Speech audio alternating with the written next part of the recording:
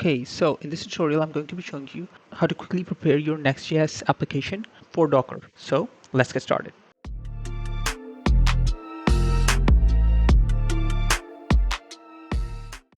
If you're looking to get a 20% discount on Hostinger, then use the referral code in the description below, or go to the Hostinger website, and in the website URL, add question mark, referral code is equal to swebdev, and press enter. The code will be applied on checkout. So let's continue with the rest of the video.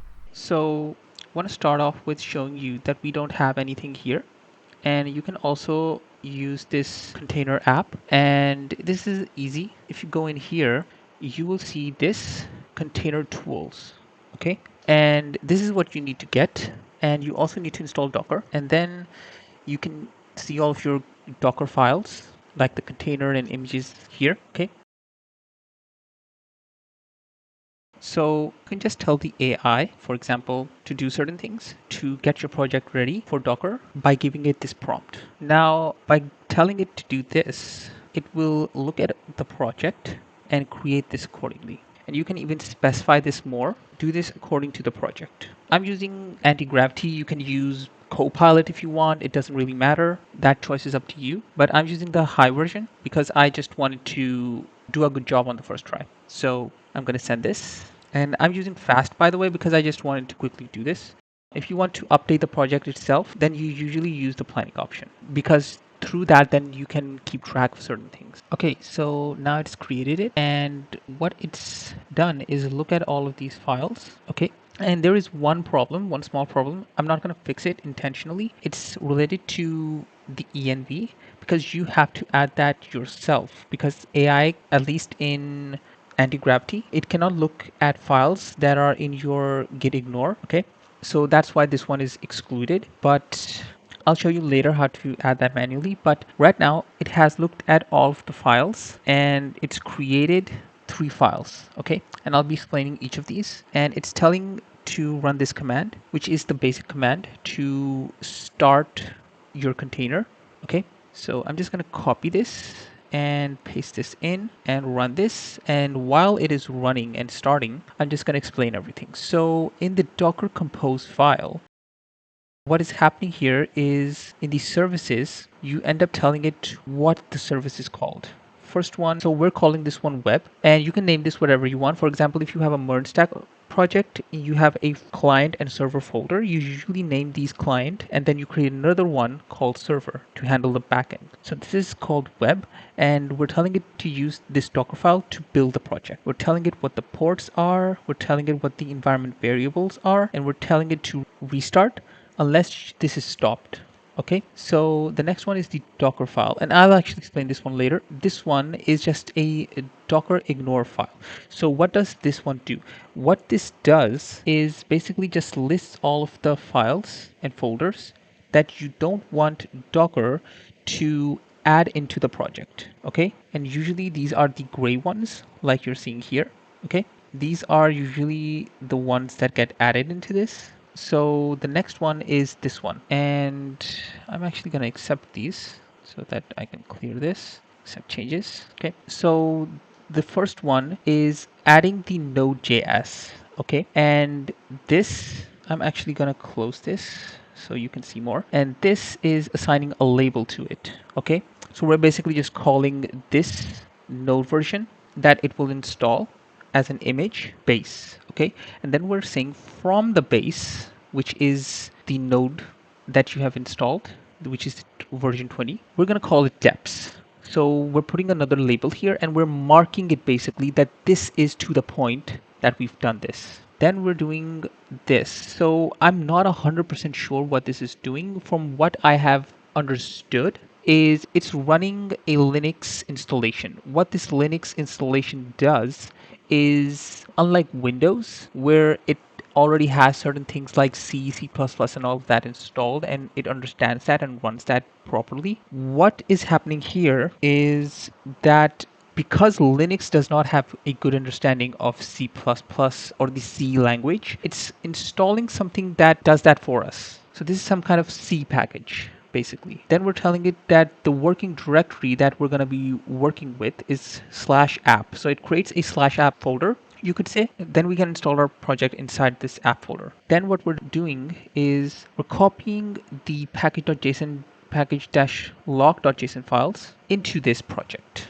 Okay, and where are we copying them to? The main project. Okay, and then we're running the command npm ci. So normally you run the npm I, but it's chosen to do ci, and the only difference is this does a clean install. The other one is a normal install. Okay, then from base as builder, so we're giving the base another label to kind of mark that we've come to this point. So we're again taking the base, which is the node, and we're adding another label to it so that we can add a kind of checkpoint, you could say, to this. Then we're again specifying which directory we're working with, and then we're saying from deps. Now, if you remember, deps is this part, and we did all of this inside of the deps. So this is like the checkpoint. So all the things that we have done up to here, we're saying from this part inside the node modules folder. So we're creating a /node modules, and then we're taking these /node modules, which is the one in our project, and we're adding everything from that into this one. And then it's added this. So for those who do not know, Next.js basically sends some user data back automatically to the Next.js team. The problem with that is sometimes the things that you end up installing or working with, that data is also then sent to the Next.js. I don't know why they have this on by default, but this is just a way of disabling it. Okay, so you add an environment variable and you disable it using this. And then you're just running the npm run build to build the project. And then again, you're doing the exact same thing, which is from base, you're adding another checkpoint, and then you're running all of this. So you're adding all of this in, which is first the variables, and you can also do this down here, but it's doing it first, I believe. So you add the variables, which is a production build, and then you're again disabling it, the telemetry, which is user data. Then you're doing two things, which is add group and add user. And then using this, you're generating a unique ID for the group, and then using this, you're generating a unique ID for the user. And this is basically the range, and these are the names of the groups and user. Okay, and then you're doing this. So from the builder point, from that point, you're adding the into the public folder, whatever is in our public folder in our app right now. Okay.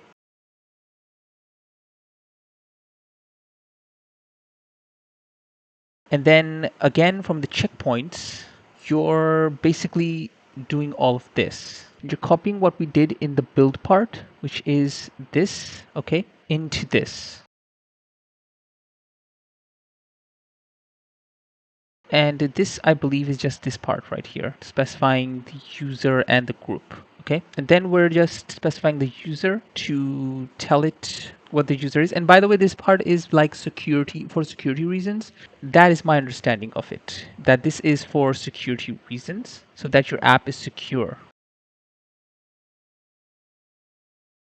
And then we're exposing it to the port 3000, and then we're entering a environment variable port 3000, then the host name, and then we're running a command, okay, which is npm start. So it should be done by now if we did not run into any errors. Yes, it looks like everything created, so it should be actually working on port 3000. And as you can see, yes, everything is working on port 3000. Let me refresh this. Yes, everything is working on port 3000.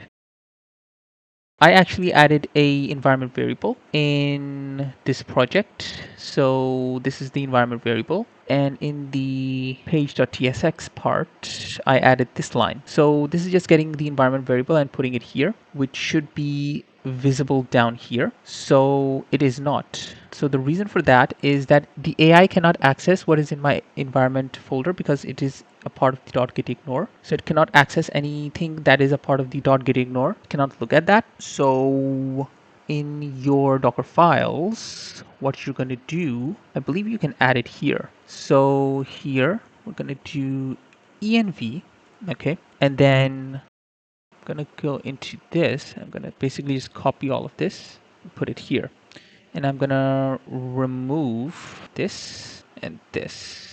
Actually, I think if I just do it like this, yeah, it will then take in this. So I'm gonna save this, and let me just show you in my Docker as well. You can see this. It just took the folder's name. So it is running. So I'm just gonna stop this. Okay, it's stopped now. I'm just gonna delete this, delete forever, and I'm just gonna run this again, okay? I am actually also gonna do this, and you can also do run build if you wanna do that, but because this is a production build, I'm actually gonna add this as well. You can do npm run dev, but I'm gonna keep the npm run start because it's a production build now. Okay, I here specified that it's a production build, so that's why. Okay, so I've added this and I've made this npm run start. Okay, I'm gonna save this and I'm gonna do docker compose up dash d build. And I'm just gonna let this run. It takes a bit of time, so I'm just gonna let it run and come back. Okay, so it's done. Let me just, yeah, it's up and running. If you look at it, you can see this. And if I go here, if I refresh this, the page is not working. Okay, I'm just gonna quickly look at whatever happened and come back. Okay, so in the builder section, what I've done is just add this. So what this is the next public text, okay? And this is a environment variable, and I've added it here. So after you do that, just run the docker compose up dash d dash build. The reason for that is it needs to build the whole application again. But thing you have to remember is that you need to use the dash dash build because that will recreate. Just do dash D. What it will do is it will look for the project name and it will basically just start the project as it is. If you do dash dash build, it will recreate the project. So that is what you need to do. And after that, I just refresh the page and you can see that it is down here, that it's reading it now. Okay. And I'll even show you, I just remove this. If I save this and I just run this command again. Now it does take a little bit of time. It is kind of annoying how long it takes. And now you can see it is recreating it and starting it, and it started. So it says dummy text right now. If I refresh this, it just says text. So I'm going to be putting all of this on a actual VPS server eventually. So like and subscribe to stay updated on the latest tutorial, and I'll see you in the next one.